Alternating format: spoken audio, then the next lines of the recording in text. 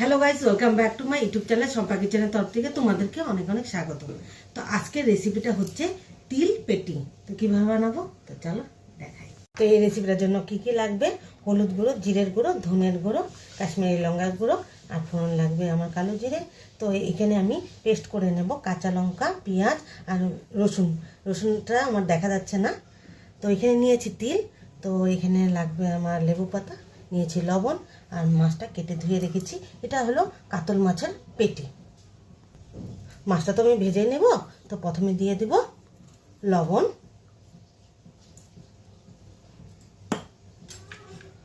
হলুদ গুঁড়ো, তো দিয়ে দেব জিরের গুঁড়ো, ধনের গুঁড়ো, কাশ্মীরি লঙ্কার গুঁড়ো, আর দিয়ে দেব সর্ষের তেল। তো ভালোভাবে মেখে নিই। তো ভালোভাবে মেখে নিয়েছি। তো চলো বানাই। কড়াটা বসিয়ে দিয়েছি, কড়াটা গরম হয়ে গেছে।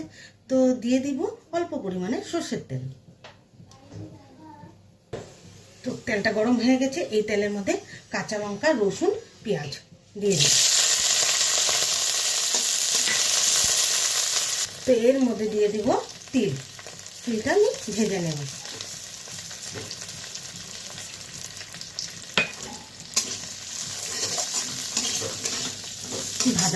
তিলটা ভাজাতেও সেন্ট হয়, তার জন্য ভেজে নেব।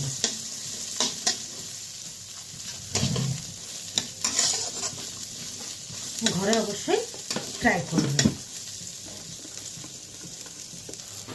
তিলটা ভেজে নিয়েছি। তো এখন সবগুলো একসাথে পেস্ট করে নেব। কড়াইটা আবারও বসিয়ে দিয়েছি। তো দিয়ে দেব সর্ষের তেল। মাছটা ভেজে নেব। তেলটা গরম হয়ে গেছে। তো এক এক করে মাছগুলো ছেড়ে দিই।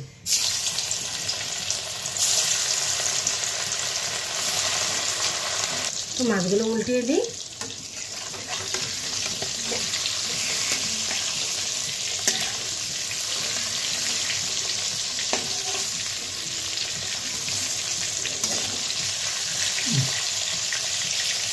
মাছগুলো ভাজা হয়ে গেছে। তো এক এক করে উঠিয়ে নিই।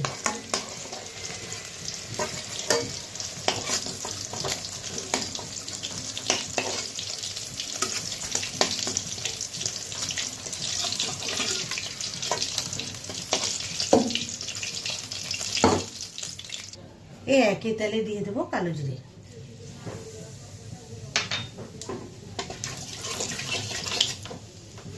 তাহলে পেস্টটা দিয়ে দিই।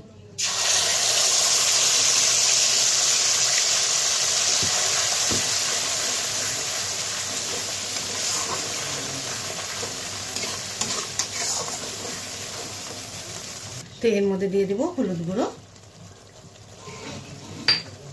কাশ্মীরি লঙ্কার গুঁড়ো, তো দিয়ে দেবো স্বাদ মতো লবণ।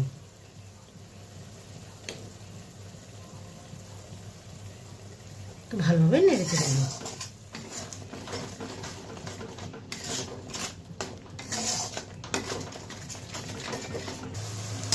মশলাটা কষে গেছে। তো দিয়ে দেবো জল।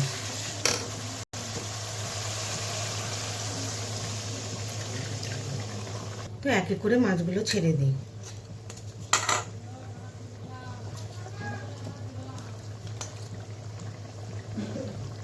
তো সবগুলো মাছগুলো দিয়ে দিয়েছি একসঙ্গে।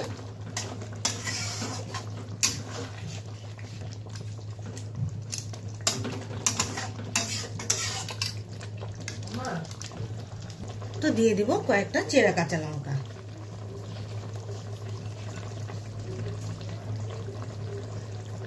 তো কিছুক্ষণ সময়ের জন্য ঢেকে রাখবো। ঢাকনাটাও উঠিয়ে দিই। তো দিয়ে দিব কয়েকটা লেবু পাতা। গ্যাসটা আমি অফ করে দিয়ে দিলাম।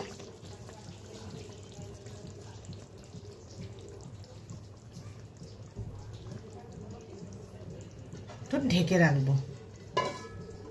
তো মাছটা আমার হয়ে গেছে, নামিয়ে নিই।